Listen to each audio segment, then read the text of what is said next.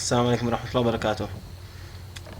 في بعض الناس يشتكون من ان التاريخ ما ينضبطش معاهم في الون بوكس ولا في الميكرو تكنكس.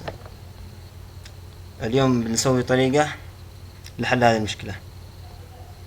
اول خطوة ندخل سيستم، ندخل كلين، نسوي هنا صح، نعدل هذا بس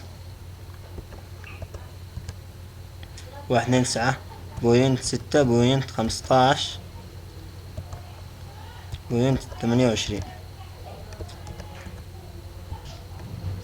نسوي نازل نفس الشي بس في الاخير 29 نسوي له. والطريقة الثانية انك تدخل من سيستم، تدخل كلوك تعدله. انا عندي هنا معدل، بس انت تسوي الصح وتدخل على طول تعدل الساعة هنا والتاريخ ديسمبر 1/2015 الساعة